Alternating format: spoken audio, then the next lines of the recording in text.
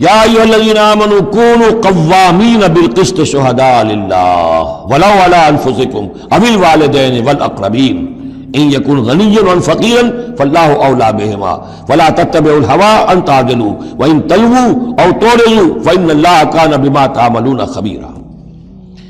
اے اہل ایمان کھڑے ہو جاؤ عدل کو قائم کرنے کے لیے پوری قوت کے ساتھ۔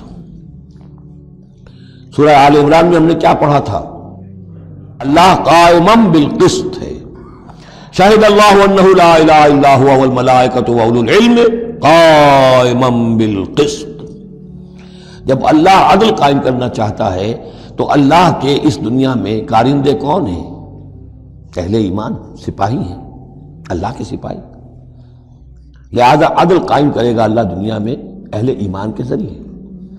اللہ دین کا غلبہ چاہتا ہے لیکن اہل ایمان کو جانیں دینی ہوگی، کوششیں کرنی ہوگی، اصرار کرنا ہوگا، قربانیاں دینی ہوگی، تب دین غالب ہوگا۔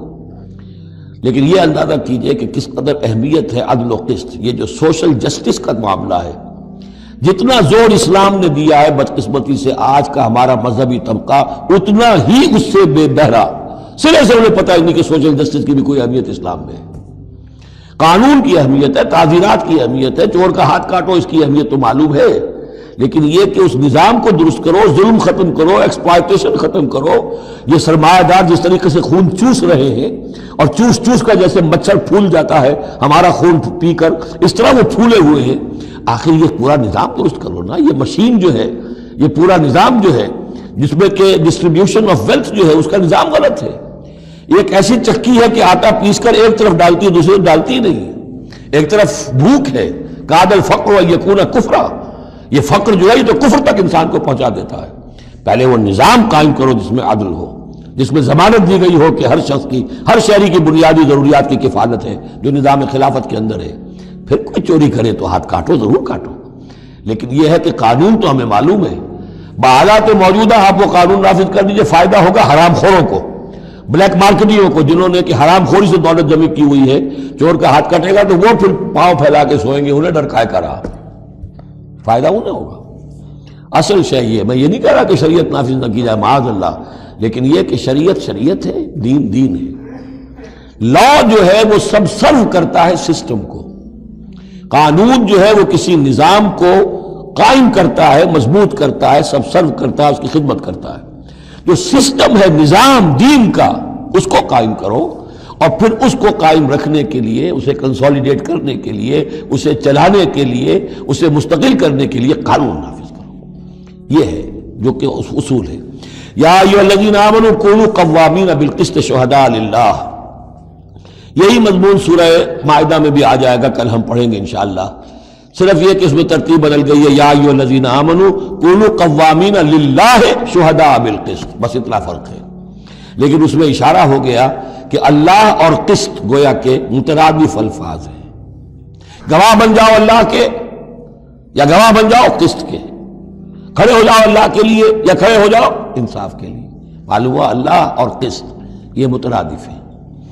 یا ایھا الذین آمنوا کونوا قوامین بالقسط شہداء للہ ولو علی انفسکم، خواہ یہ انصاف کی بات تمہارے اپنے خلاف جا رہی ہو، او الوالدین یا تمہارے والدین کے خلاف جا رہی ہو، والاقربین خواہ تمہارے قرابت داروں کے خلاف جا رہی ہو۔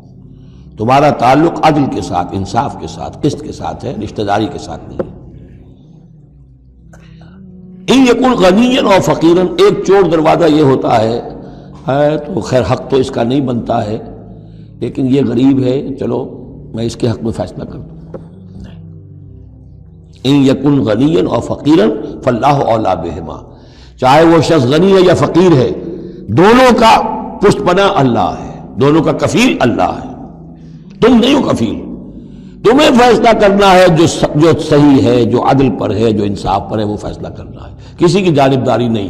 وہ جانبداری نہ باپ کی کرنی ہے، نہ ماں کی کرنی ہے، نہ بھائی کی کرنی ہے، نہ خود اپنی کرنی ہے۔ یا ایھا الذین آمنوا کونوا قوامین بالقسط شہداء للہ، اللہ کے گواہ بن کر کھڑے ہو جاؤ اللہ کے حق میں۔ دیکھیے شہادت اعلیٰ، لوگوں پر گواہی، اور شہادت للہ، اللہ کے لیے گواہی۔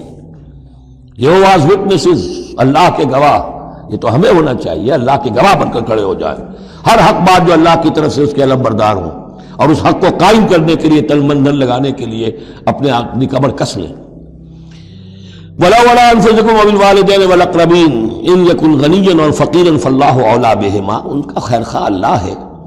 فَلَا تَتَّبِعُوا الْهَوَىٰ، تو دیکھو خواہشات کی پیروی نہ کرو، أَن تَعْدِلُوا، مبادہ تم عدل سے ہٹ جاؤ کہ تم عدل نہ کرو، خواہشات کی پیروی کر کے عدل سے برگشتہ ہو جاؤ۔ وَإِن تَلْوُوا أَوْ تُعْرِضُوا، اگر تم زبانوں کو ادھر ادھر مروڑے گے، بات جس کو آپ کہتے ہیں کہ اپنے الفاظ جو ہیں ان کو انسان جو ہے چوئنگ یور ورڈز، تو اس طریقے سے کہ بات کہنا بھی چاہتے ہیں کہہ بھی نہیں پا رہے ہیں، حق بات جو ہے زبان سے نکالنا نہیں چاہتے، غلط بات نکل نہیں رہی ہے۔ ان تلووا او تعرضوا، یا تم اعراض کرو گے، بچ جاؤ گے، منہ موڑ لو گے، فإن اللہ کان بما تعملون خبیرا، تو اللہ تعالیٰ جو کچھ تم کر رہے ہیں اس سے پوری طرح باخبر ہے، اللہ بے خبر نہیں ہے۔